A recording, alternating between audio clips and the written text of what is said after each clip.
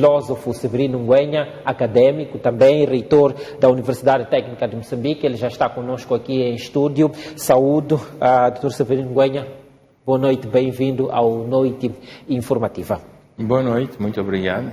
Pois, estamos a olhar o ano e, pelas análises que tem feito, vamos olhar o ano político. Em primeiro lugar, qual é a leitura que faz a este ambiente que se vive em Moçambique de outubro a esta parte, logo depois da realização das eleições autárquicas deste ano? Na definição que me deste que era filósofo, não é?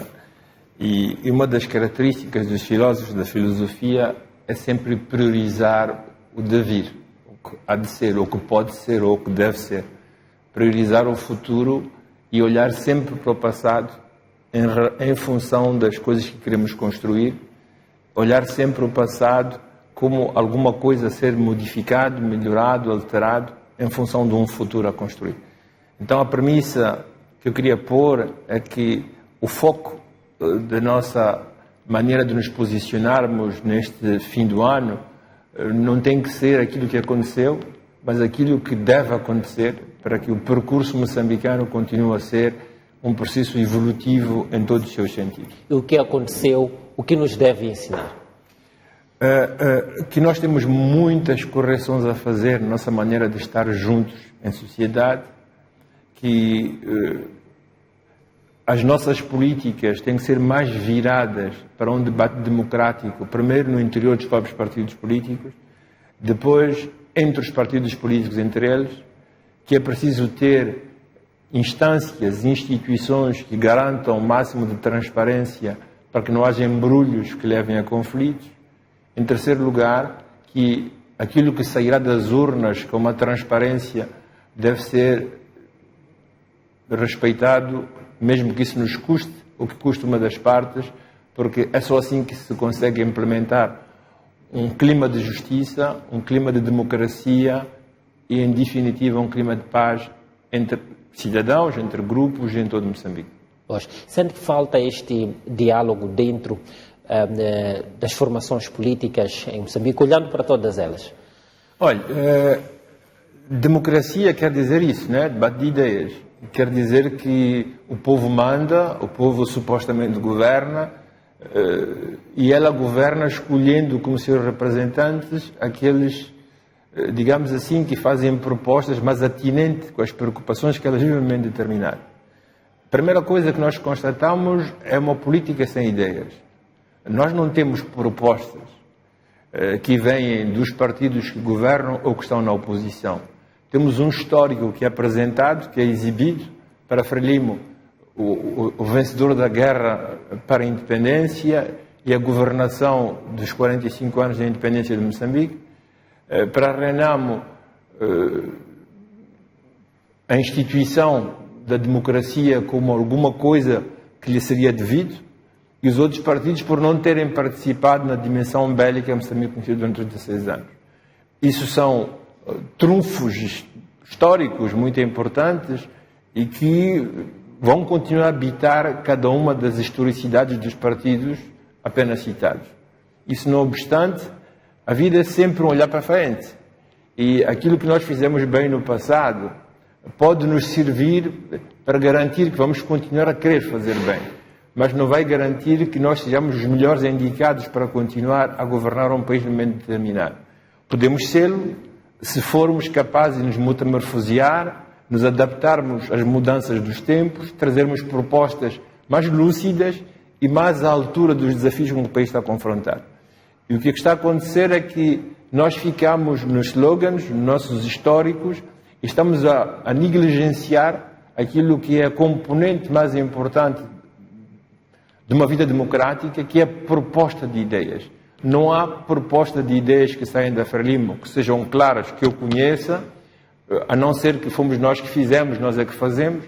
Não há propostas que saiam da Renamo, a não ser dizer que os outros são ladrões e bandidos e nós é que trouxemos a democracia.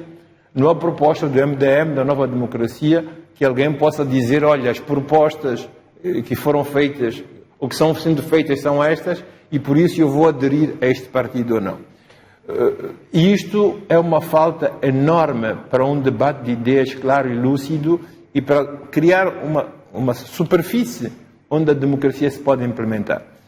Em segundo lugar, pelo que nós vemos, eu não sou membro de nenhum dos partidos, por isso não participo no cotidiano das suas vidas, mas daquilo que transparece é que há um déficit de democracia e de debate interno muito grande. Quando era mais novo, a impressão que nós tínhamos da Frelimo, nos seus comitês executivo, o comitê central, o bureau político na altura, é que havia muita discussão. E a Frelimo até trouxe essa discussão para as assembleias populares, as assembleias do povo, os círculos, as células, etc. Então havia um escrutínio, havia um debate de ideias, havia uma dinâmica democrática que se foi instaurando mesmo no interior de um partido único, que fazia que nós estivéssemos convencidos que política e democracia fosse participação. E quase, de uma maneira quase paradoxal, quando entramos na democracia multipartidária, o debate de ideias desapareceu. O debate democrático... O que é que pode estar por detrás desta redução do debate ou do diálogo interno no seio dos partidos, particularmente no Partido Frelimo? Eu não sei dizer, mas aquilo que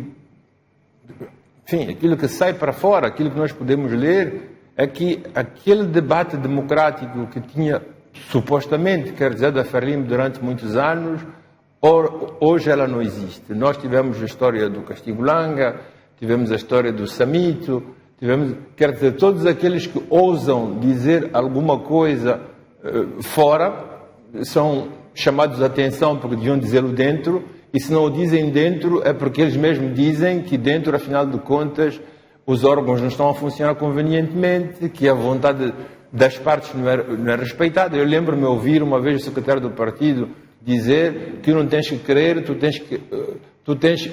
nós temos que querer que tu queiras, uma coisa assim de género. O que não é de bom augúrio para um debate democrático grande, lúcido no interior de um país. Pois, essas opiniões sobre que falam de crise no Partido Frelimo e que o expressam fora dos órgãos do partido, significam para si a falta de diálogo interno ou significam o exercício da liberdade de expressão destes membros de um partido? Olha, um partido político é um congregado, uma congregação, é um juntar-se de espíritos, de indivíduos lúcidos, com ideias próprias, que possam, a um momento determinado, dizer que as minhas opções políticas vão mais nesta direção e juntando-me a estes outros que pensam na mesma direção que eu, podemos formar uma força política capaz de militar para que a nossa visão do mundo e do país possa se impor, ou que possa entrar num debate dialético com outras maneiras de pensar diferentes. É assim que se formam os partidos políticos. Os nossos partidos políticos não se formaram assim. A Frelimo formou-se na luta de libertação contra o governo português e esta luta prolongou-se na Guerra de 16 anos. Hoje temos um amaranhado de indivíduos que tinham uma coisa em comum à partida, que era a luta contra o colonialismo português, mas nunca se pôs a questão do que íamos fazer depois do colonialismo português cair.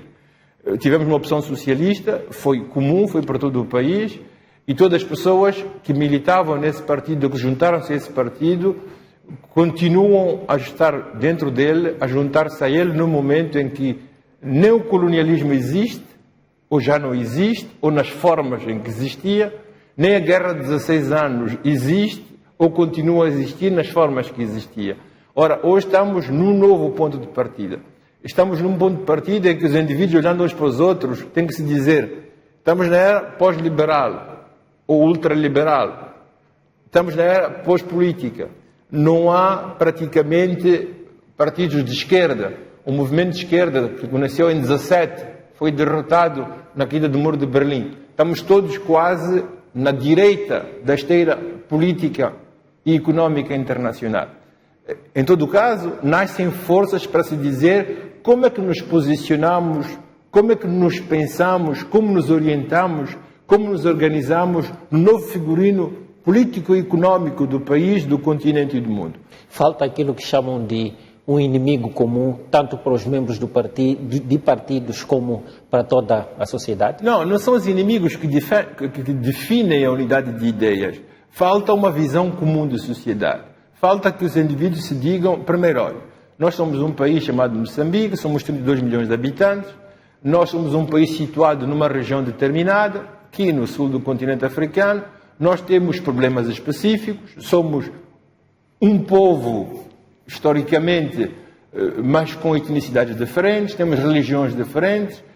Infelizmente, nos últimos anos, as nossas diferenças são mais de caráter social que étnico ou tribal, como era o caso em 75.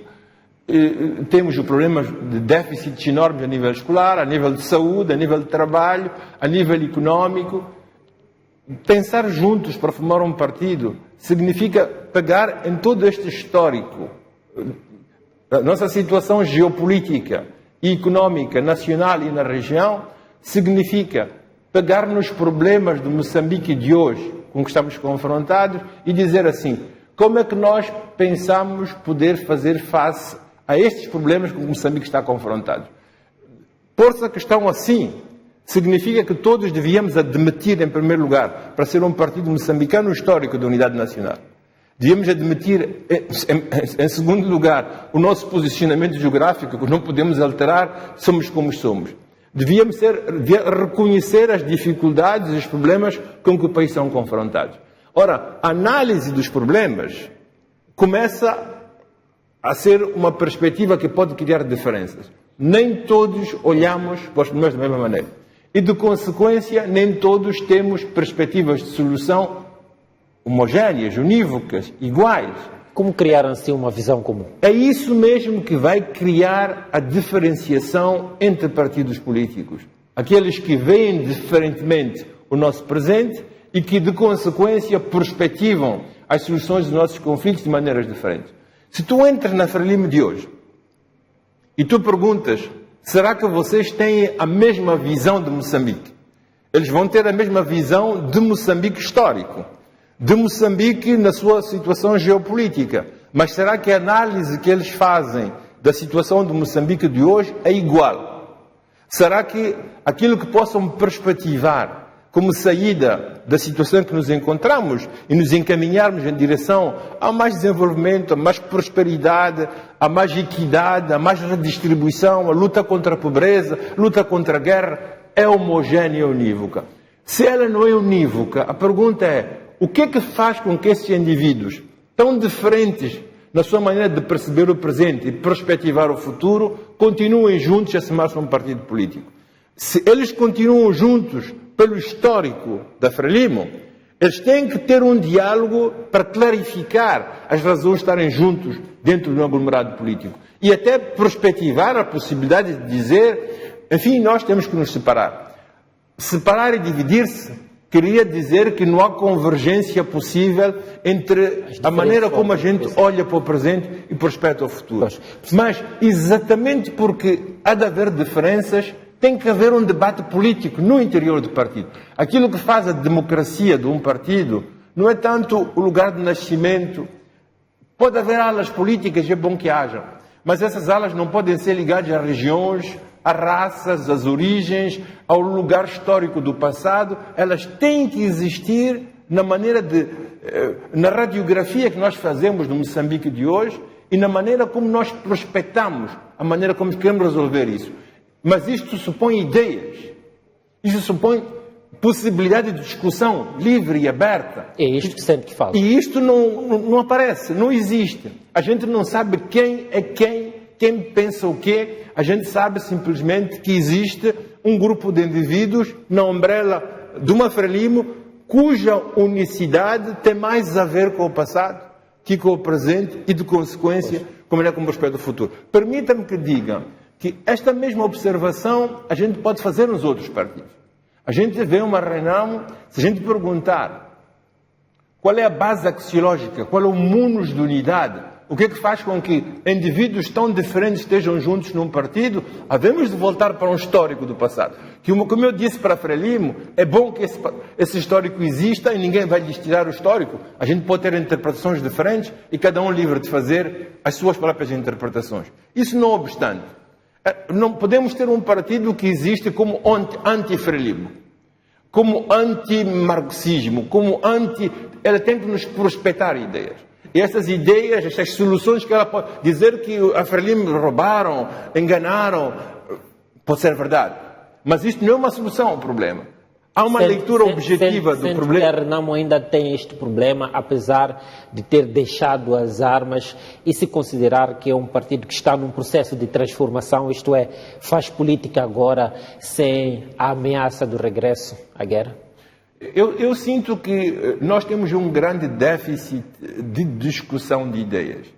Os países francófonos, africanos, muitas vezes, quando os franceses inventaram o Partido Socialista na França, eles também vieram fora com o Partido Socialista. Depois nasceu o Partido Ecológico, eles vieram fora com... Pareciam estar sempre à escuta do que acontecia em Paris para replicarem o que acontece em Paris nos países deles. Felizmente nós não estamos aí. Aquilo que eu chamo de debate de ideias, aquilo que tem que caracterizar o debate de ideias num país, numa nação, o que deve caracterizar o espírito de um partido, é que os indivíduos unem-se em volta de valores comuns, partilhados, de uma visão comum de vida, uma visão comum do futuro que querem construir e querem propor para o país. Até agora, não há clareza, pelo menos eu não consigo ainda ver, daquilo que quer prospectar a Renamo, se não ser anti-Frelimo, porque a Frelimo rouba, porque a Frelimo engana. Tu chegas no MDM, que não participou a nenhuma das guerras, também não tens clareza de ideias, não tens uma radiografia, uma introspecção clara daquilo que é a situação de Moçambique de hoje e, de consequência, a construção de inventários possíveis, de perspectivas possíveis daquilo que pode ser Moçambique e que eles querem trazer para a governação.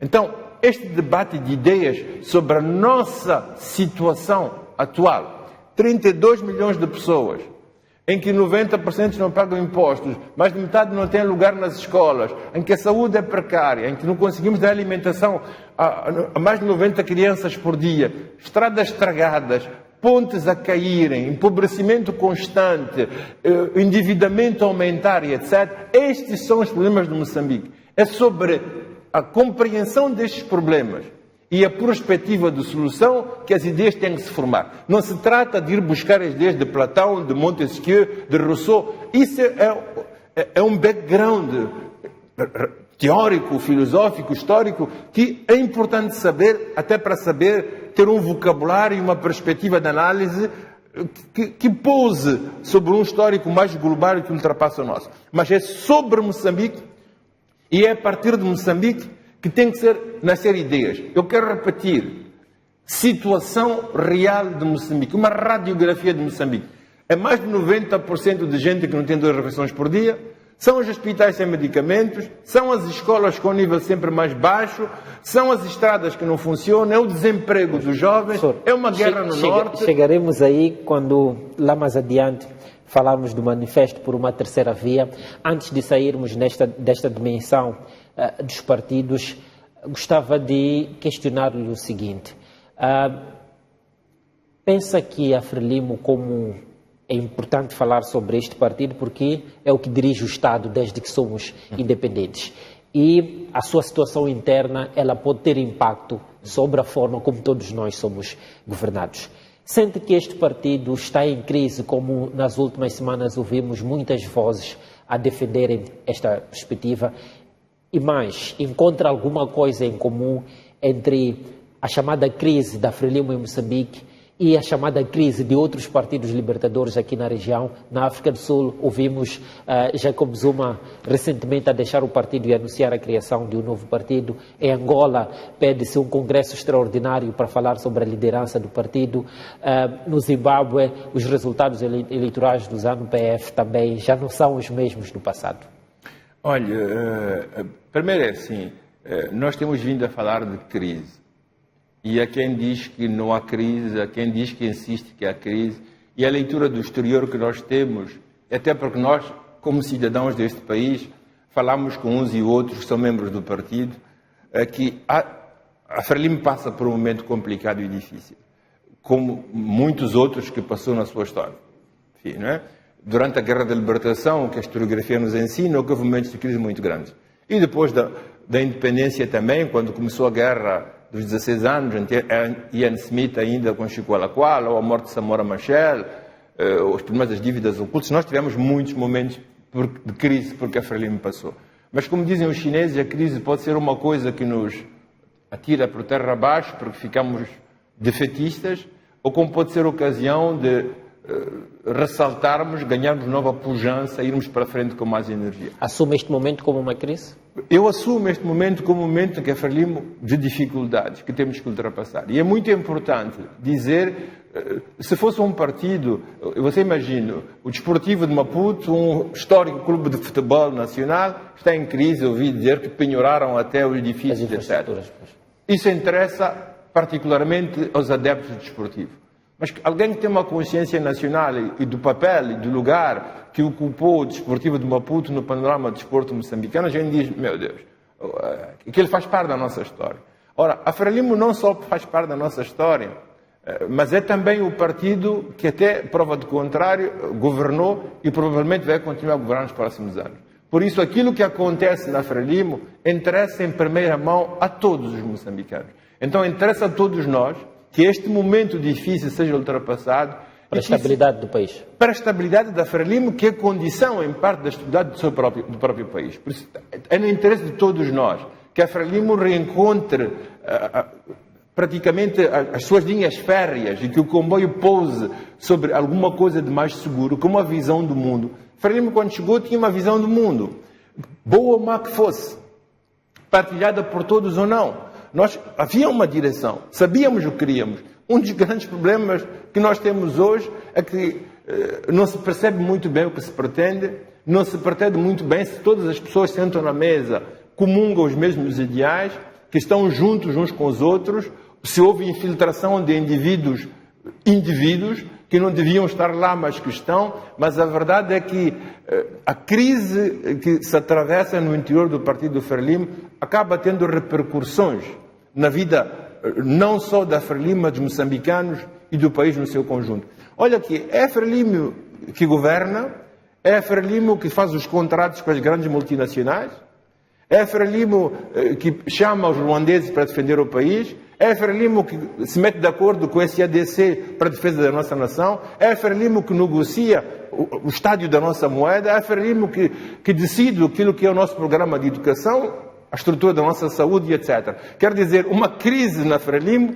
significa uma crise profunda para o país inteiro. Por isso, todos nós estamos interessados em que não só se meta ordem na Frelimo, mas que essa ordem volte a ter uma dimensão, digamos assim, do país. Que ela volte a ter uma dimensão do coletivo dos 32 milhões de habitantes que o país comporta. Que seja uma Frelimo que volte a ser um partido nacional. Um partido nacional é um partido que não está dentro da nação, mas que pensa a nação e cujas ações são voltadas para melhorar a sorte dos indivíduos e todos os indivíduos que compõem esta nação. Isto é fundamental para o bem de todos nós e até é fundamental para a paz e estabilidade social do nosso próprio país. Os problemas que a Frelimo tem em Moçambique, pensa que são os mesmos que outros partidos libertadores na região têm? Olha, o que é que foi a Frelimo para Moçambique? O que é que foi o ANC para a África do Sul, ou MPLA para Angola? ZANU-PF para Zimbábue. Aí fora. Grupo de jovens, elites intelectuais, que fizeram uma leitura objetiva da situação do mundo depois de 45, decidiram voluntariar-se e dar o melhor de si para que os nossos países chegassem às independências. Eles carregaram nas costas, mas todos nós. É por isso que 10 anos, muitos desses jovens morreram, estavam fora e chegaram, ofereceram-nos a independência nacional que vivemos, a mudança do sistema na África do Sul e etc. Esses jovens, que eram voluntários, chamados terroristas, o anti-regime, etc., um dia chegaram ao poder.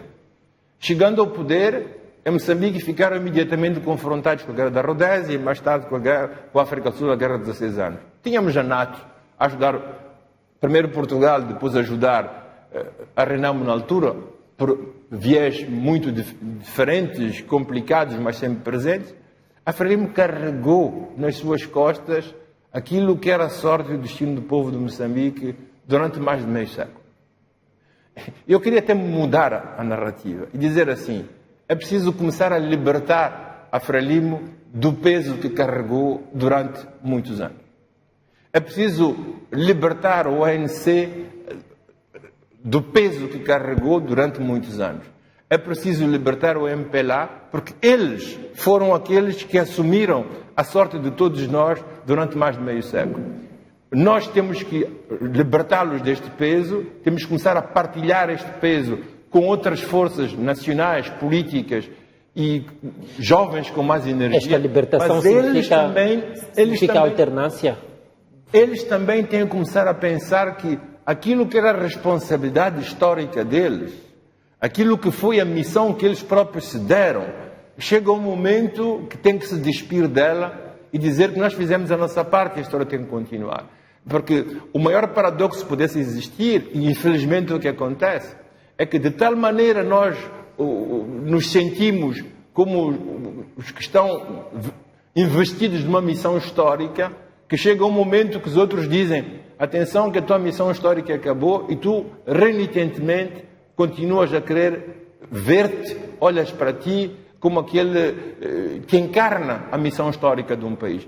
Nós temos homens extraordinários, pensa naquilo que foi a figura aqui do nosso vizinho Robert Mugabe, pensa que foi o Museveni, tu pensa nos sandinistas no Nicarágua.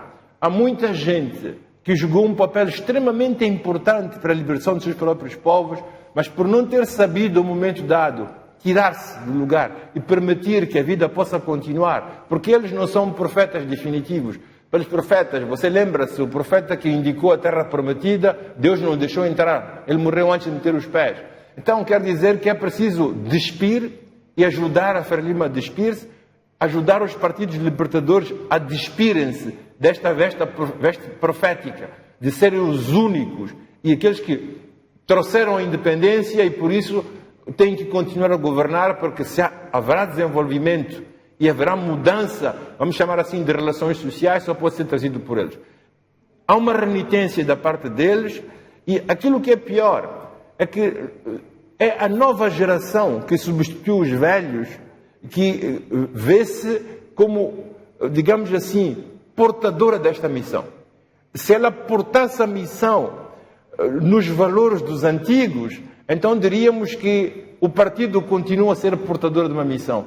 Mas esses indivíduos, essa nova juventude, as pessoas da geração que chegou depois, muitas vezes entram nestes partidos políticos, que seja no ANC, que seja em Angola com o MPLA, que seja a Frelimo em Moçambique, não com os mesmos valores daqueles que fundaram esses movimentos. Mas eles veem na entrada desses partidos e no uso e abuso do histórico desses partidos uma oportunidade para eles vingarem individualmente na vida ou como grupos fechados. Então é preciso que haja uma releitura histórica crítica no interior desses partidos e fazer uma diferenciação clara. Uma coisa eram os ideais do Mondlane, do Machel, de todos aqueles que fundaram a Frelimo e deram a vida por isso.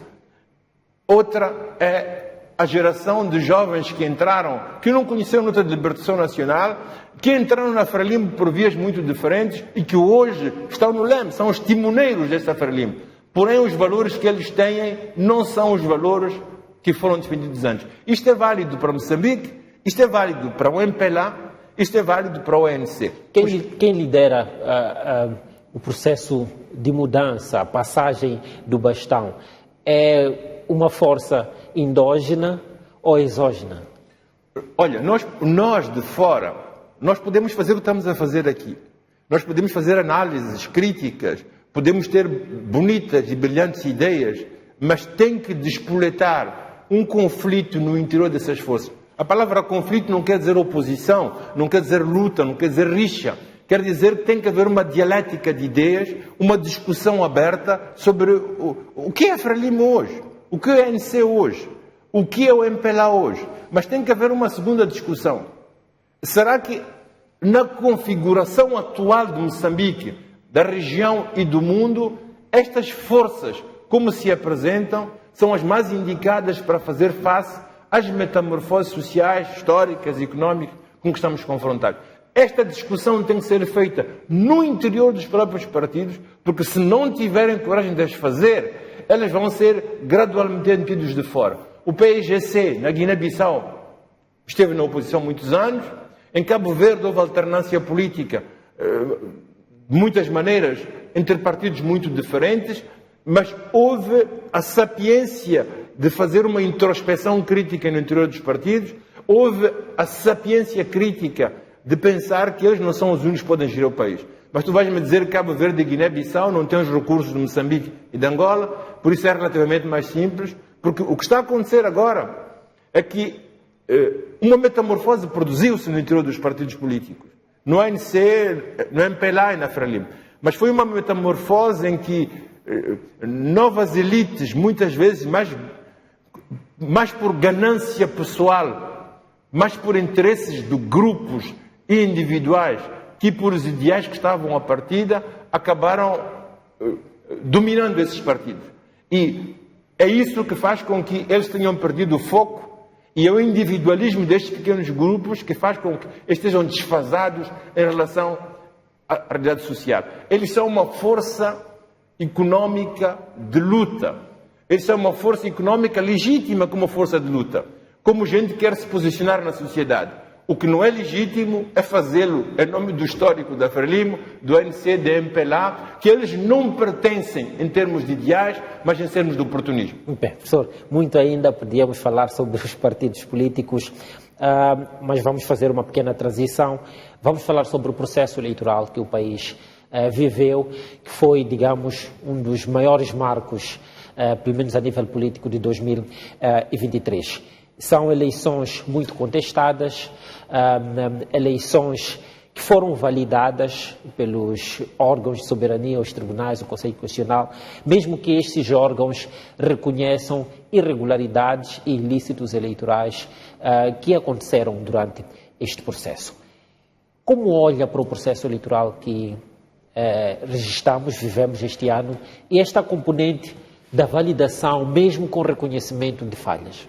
Olha, para não repetir aquilo que tem-se vindo a dizer, a falar, que a gente lê em todos os meios de comunicação, eu ia dizer assim, uma vez mais, nós acedemos em Roma a um processo de multipartidarismo, acedemos a um sistema em que pensávamos que o povo de Moçambique tinha o direito de escolher quem devia lhes governar, mas no essencial nós não nos convertemos à democracia. Estou convencido que as resistências que existem quanto à possibilidade de alternância no poder, aliando-se à falta de debate interno das ideias, fazem com que a democracia moçambicana, até o momento, seja mais um vocábulo bonito, mas que não seja alicerçado na realidade social e política do nosso país. E é isso que faz com que a cada eleição, quem pode utilizar os meios do Estado, os meios de propaganda, os meios de maior força, usa-os e abusa-os para poder chegar a resultados que lhe conferem poder, por detrás do qual estão mais os interesses económicos que verdadeiros poderes políticos. Este é o primeiro aspecto. O segundo aspecto é que, para quem estudou direito, ciência política, filosofia, sociologia, isto é quase corriqueiro.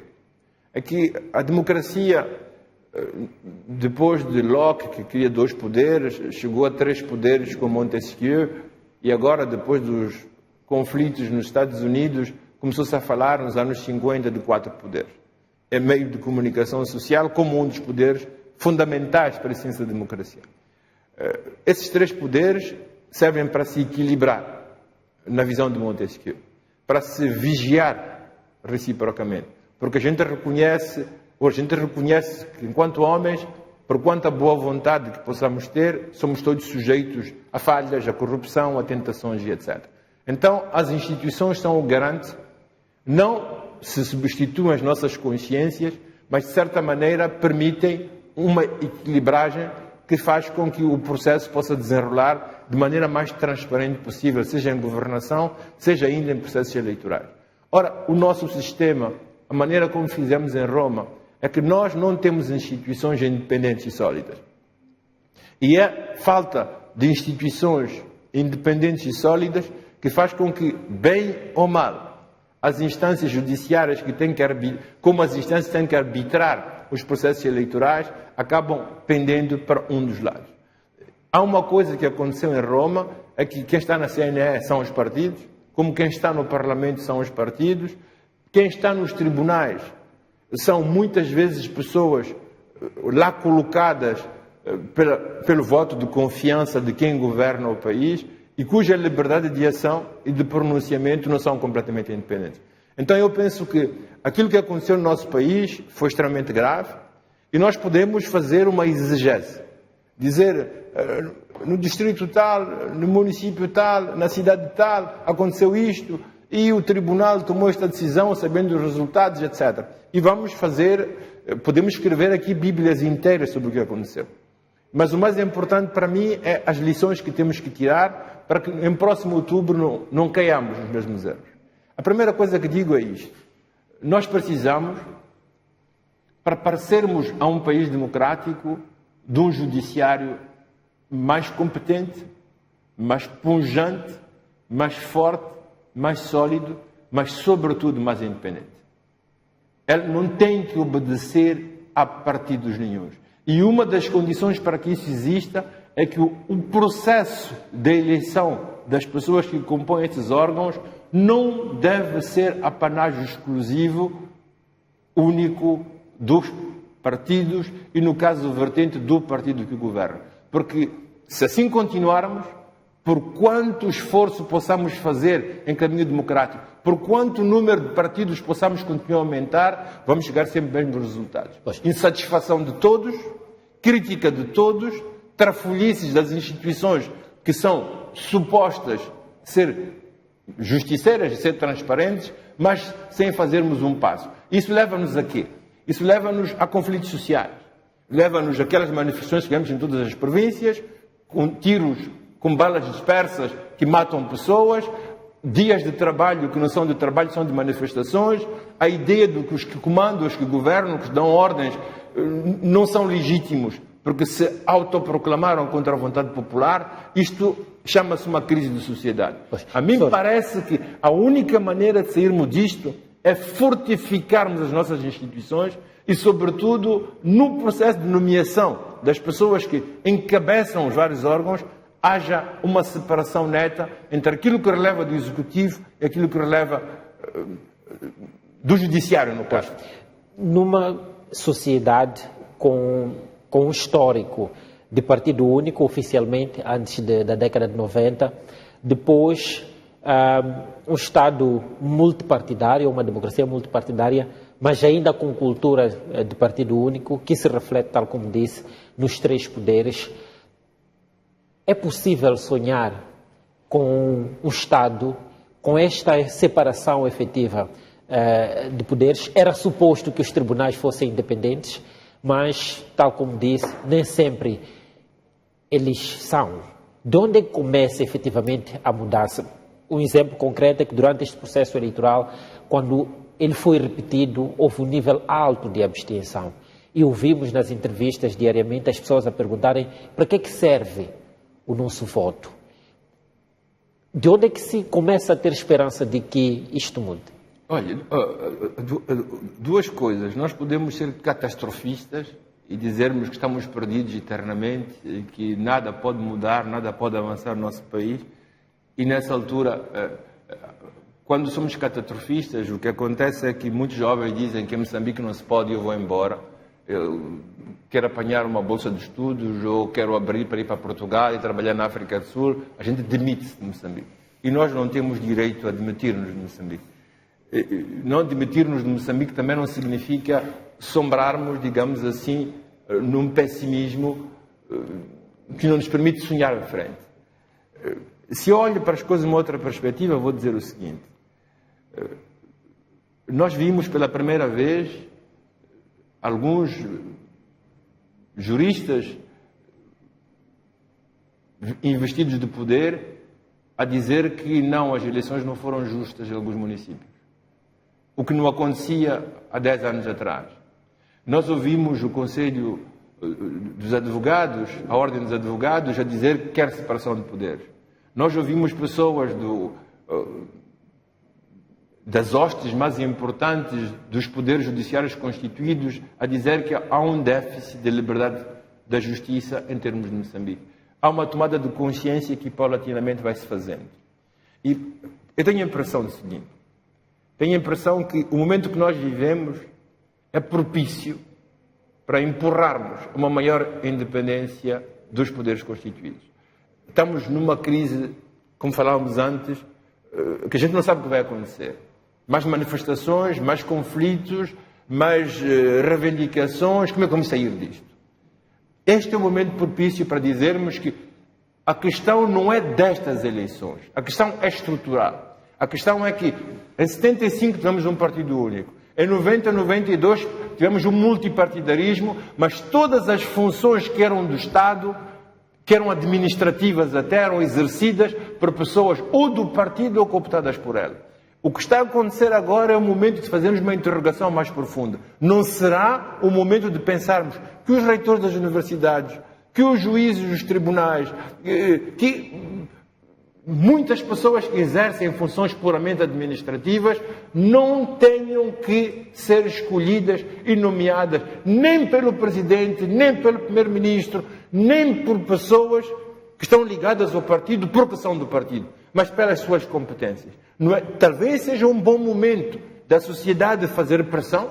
Eu citei aqui alguns juízes, algumas vezes em que disseram não, as eleições não foram justas. Eu citei aqui a Ordem dos Advogados, membros dos diferentes tribunais que vieram dizer precisamos de mais espaço de liberdade para exercermos convenientemente a nossa função. Então, talvez sejamos numa crise que exige de nós apropriarmos-nos disto como uma oportunidade para exercer uma maior função para que a democracia possa fazer um passo em frente. Nós não vamos sair da crise com uma separação de poderes igual à dos Estados Unidos ou da Alemanha, mas podemos sair desta crise com uma maior liberdade para outros poderes constituídos. E nós, se conseguíssemos fazer isso, no caminho da nossa democracia, teremos dado um passo em frente.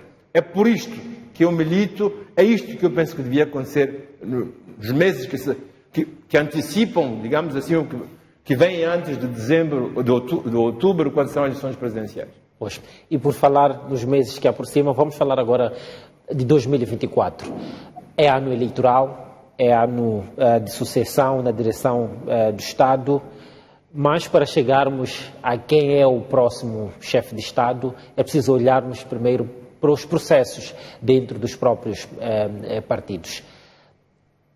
Se começarmos a olhar para o Partido Frelimo e se fizermos uma análise comparativa, vamos ver que até a esta altura de 2014, já tínhamos, de 2013 concretamente, porque as eleições foram em 2014 e o início do mandato em 2015, já eram conhecidos pelo menos os pré-candidatos para candidato do Partido Frelimo para as eleições.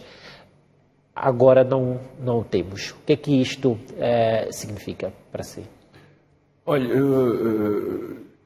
eu não quero entrar no segredo dos partidos. Eu tinha percebido que havia uma reunião do Comitê Político Permanente da Frelimo, depois não sei o que aconteceu, porque não ouvi dizer qual foi o resultado, ou o relatório, ou o que aconteceu no interior desse encontro. Eu estou preocupado com outras coisas. As últimas eleições presidenciais, nós tivemos 4 maus candidatos. Maus candidatos. E não são maus candidatos porque, como pessoas fossem más, mas porque o critério que os levou à própria nomeação, digamos assim, não era um critério idóneo, nem condicente àquilo que historicamente fomos construídos em Moçambique. O pressuposto é que a pessoa não fosse do sul de Moçambique, que fosse do centro ou do norte. Foi o que vingou. Os 4 candidatos que saíram eram todos do centro e do norte de Moçambique. Foi o processo que vingou. E depois desses 4 escolhemos um. E escolhemos um, muitas vezes, por mecanismos de cooptação no interior dos que estavam no poder, para poderem supostamente continuar a manipular e a dominar. o resultado que nós tivemos não foi bom. Tivemos talvez a governação mais difícil e mais complicada desde que Moçambique é independente. E é preciso retirar as consequências daquilo que aconteceu e ir à busca das causas. Alguém que governa o país, alguém que é presidente de um país, tem que ter qualidades intelectuais, qualidades políticas, qualidades humanas, que fazem dele a pessoa mais apta a ser investida para ser o primeiro magistrado do país, trazer nas próprias costas o destino de todo um país, toda uma nação. E este indivíduo pode ser homem ou mulher, pode ser branco ou preto, pode ser do norte ou do sul, ele tem que ser escolhido pelas qualidades intrínsecas que ele tem. Isso são qualidades humanas. No histórico de Moçambique, recorda-se, era mais novo, quando alguém queria ser secretário do grupo dinamizador ou do círculo, havia uma reunião no bairro das assembleias, quando era para as assembleias provinciais, ainda mais, voltava para o bairro para que as pessoas dissessem quem é aquele indivíduo. E quem é significa como é que ele vivia, quais são as suas atitudes, qual é a sua moralidade, qual é a sua atitude, o seu comportamento em relação às outras pessoas. É preciso que haja um escrutínio rigoroso sobre as pessoas que vão ser investidas da governação de outras pessoas. Porque o nosso futuro depende dessas pessoas. Quem foi negociar as dívidas ocultas, que temos que continuar a pagar, a quem trouxe ruandeses, que temos que continuar a indemnizar não sei como, quem assina os acordos com as grandes companhias nacionais e internacionais, são as pessoas que nós metemos e têm que responder por nós todos. Então temos que ser muito mais sérios no escrutínio que temos de fazer sobre as qualidades intrínsecas desse indivíduo. Em segundo lugar, o que eu dizia antes, o que governa não é a minha integridade como pessoa. O que governa não é a minha moralidade, a minha crença ou a minha religião. É o projeto de sociedade que sou portador. E que isso resulta de uma leitura objetiva do mundo em que nós vivemos e da minha capacidade de constituir uma equipe com quem vou trabalhar para tentarmos ter um projeto de sociedade capaz de fazer face às dificuldades que nós enfrentamos. Então, isto não aconteceu nas últimas eleições. As últimas eleições trouxeram-nos indivíduos e que deram-nos um programa nos últimos minutos. Eu vou fazer isto ou aquilo. Mas, sinceramente, aquilo não houve nenhum escrutínio, nem das pessoas como indivíduos, como moralidade, como capacidade, como intelectualidade. Ainda menos trouxeram-nos um programa condizente. O que nós precisamos neste momento é um debate franco e aberto sobre os possíveis de Moçambique. Não os Moçambiques possíveis, mas os possíveis em Moçambique. O que é que o Moçambique atual que nós somos, na situação em que nós estamos, nas dificuldades que nós enfrentamos, no mundo em que nós estamos, vizinhos, continente, mundo, etc., como é que podemos nos projetar? Como é que nós podemos resistir às investidas exteriores, aos conflitos económicos, com vizinhos até, ou internacionais? Basta pensar a Guerra Cabo Delgado. Qual é o plano e qual é o projeto que eu tenho para melhorar a questão da saúde? Como é que eu penso resolver a questão do trabalho dos jovens? Como é que eu penso alimentar os 90% de moçambicanos que não têm alimentação? Como é que eu penso fazer com que as grandes companhias que trabalham em Moçambique não pagam impostos, continuem a pagar impostos, porque esse dinheiro é importante para o desenvolvimento do país? É a estas questões de sociedade que o candidato tem que me responder. Então, se ele leva um mês mais de tempo, ou 2 meses mais de tempo, mas chegam aqui com um programa e com um projeto claro de sociedade, eu vou dizer que terá valido a pena não anunciá-lo em dezembro, anunciá-lo em janeiro ou em fevereiro, mas a condição, uma vez mais, que ele, digamos assim, que seja um verdadeiro candidato para um país de 32 milhões de habitantes. Bem, professor, temos já menos de 10 minutos para fechar. Eu tenho mais 3 pontos que gostava que comentasse.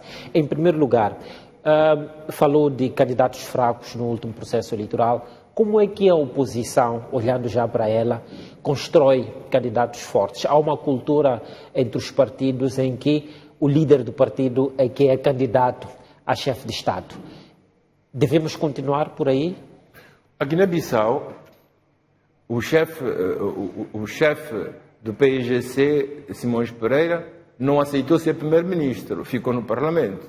Quer dizer que não há nenhuma doutrina, não há nenhum dogma que faz com que quem é presidente do partido seja necessariamente a pessoa, enfim, que concorra para as eleições. O Simango, em Moçambique, era o presidente do MDM. Em muitos países ele teria ido ao Parlamento como chefe da bancada, mas não foi para o Parlamento. Por isso não há nenhuma doutrina, não há nenhum dogma para isso. O que eu lamento, de facto, uma vez mais, é que não haja um debate de ideias. Eu vi em algum lugar dizer que o presidente da Renamo agora tinha concorrência dos mais jovens, não é? O Araújo de Nampula. Estão a despontar novas figuras. Isso é bom que despontem novas figuras. Mas a questão que eu vou voltar a pôr são figuras porque falam na praça pública, porque têm maior loquacidade e eloquência, ou porque são portadoras de um projeto diferente de sociedade. Uma figura política não é quem fala bem. Uma figura política, a Merkel na Alemanha não falava sequer bem. Uma figura política não é... Uma figura política é alguém que é portador de uma mensagem, de um projeto de sociedade. E neste sentido eu não vejo nenhum projeto de sociedade. Nem naquele que governa a Renamo neste momento, nem aqueles que supostamente podiam ser alternativa a esse indivíduo. Neste momento era preciso que a Renamo se fechasse e começasse a pensar a sério, fazer uma radiografia séria do país e começar a pensar o que é que nós podemos trazer como alternativa para a governação do país. E isto é válido também para o MDM. Eu quero lhe dizer mais uma coisa. Passamos muito tempo aqui a falar do judiciário.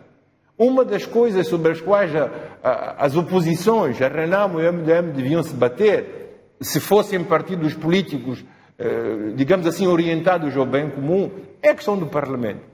Nós temos um Parlamento que representa partidos, não representa comunidades.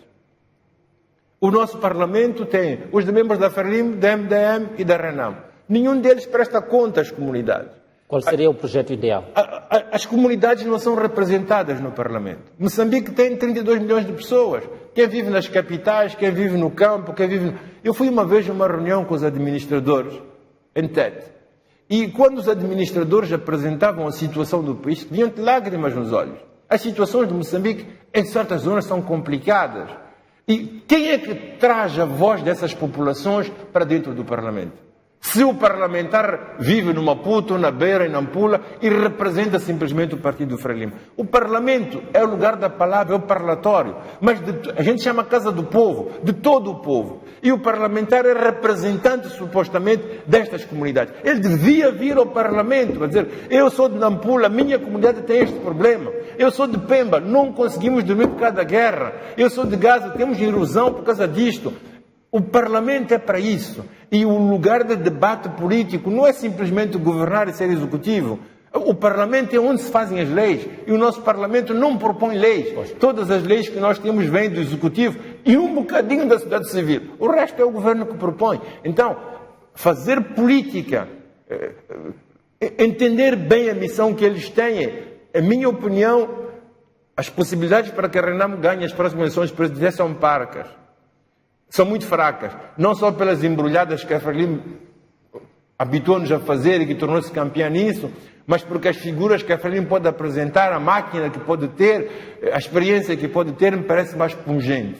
Mas há, no plano político, muitos passos necessários a serem dados pelas oposições e pela força que podem ter, que podem ser de natureza a mudar, a melhorar, a fazer com que façamos um passo em frente em direção a um país um bocadinho mais democrático, mais solidário e um bocadinho mais aberto às necessidades de todo o Moçambique na sua igualdade e nas suas diferenças. Pois, pelo tempo, a minha última pergunta, o que seria uma terceira via para Moçambique e até que ponto responderia aos problemas atuais que o país tem, parte dos quais falamos ao longo desta entrevista?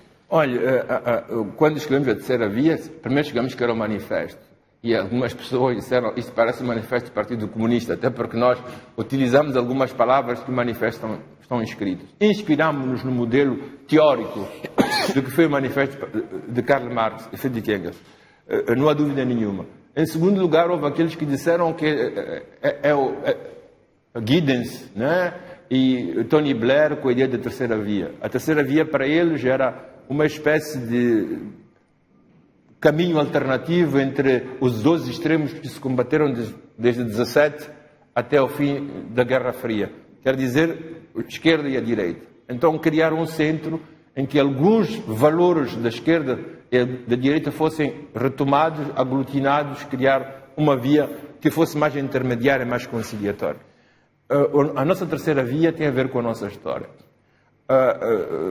Nós tivemos uma Primeira República de 75 até 90. Essa Primeira República, com todos os seus defeitos, e nós de defeitos podemos apontar muitos, e muitos mesmo, mas tinha algumas qualidades sobre as quais não podemos passar em cima, não podemos estar fora ou beber com água suja. E uma destas qualidades intrínsecas era a ideia de unidade nacional, era a ideia de um combate acérrimo contra todas as formas de divisionismo, regionalismo e etc.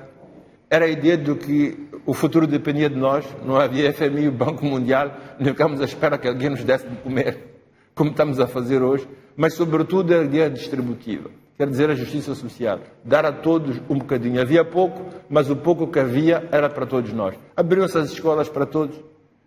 Para vocês isso não faz muita diferença, mas em 75, mais de 95% dos moçambicanos não iam à escola. E quando ficamos independentes, a escola abriu-se para toda a gente. As pessoas estudavam no chão, não sei o quê, mas e a escola? O hospital ficou para toda a gente, a aspirina era para toda a gente, o Miguel Bombarda, que tornou o hospital central, era para toda a gente. Quer dizer que havia a ideia de que Moçambique éramos 8 milhões na altura e que todos tínhamos direito. E termino mesmo. A segunda via tentou colmatar alguma coisa que a primeira via não fez, a questão das liberdades. Nós não fomos muito livres na primeira via. E para a falta desta liberdade militaram muito sim. A ideologia interna, mas também os conflitos e as guerras que logo em 75 começaram com a invasão de Chiqualaquala, aqui no sul de Moçambique, e a guerra de 16 anos. A Segunda República abriu o espectro de liberdade. Mas o grande problema é que ela confundiu, eu costumo dizer, democracia com dolarcracia. Quer dizer, a Segunda República esqueceu-se que éramos 32 milhões. Então nós temos um Moçambique hoje com um pequeno punhado de muito ricos, que fazem parte até o nível de vida ocidental, e com muita gente a morrer de fome, até aquele pouco de redistribuição que tínhamos desapareceu. A terceira via devia ser um esforço de conservarmos a liberdade que conquistamos com a Segunda República, mas recuperarmos a dimensão dos valores sociais que fomos abandonando e que levam Moçambique a que hoje a maior divisão não é o tribalismo, não é o regionalismo, é a existência de uma pequena classe extremamente rica e uma massa de pessoas completamente sempre mais empobrecidas. Bem, professor Severino Ng'uenha, muito obrigado pela sua presença aqui no Noite Informativa. Oxalá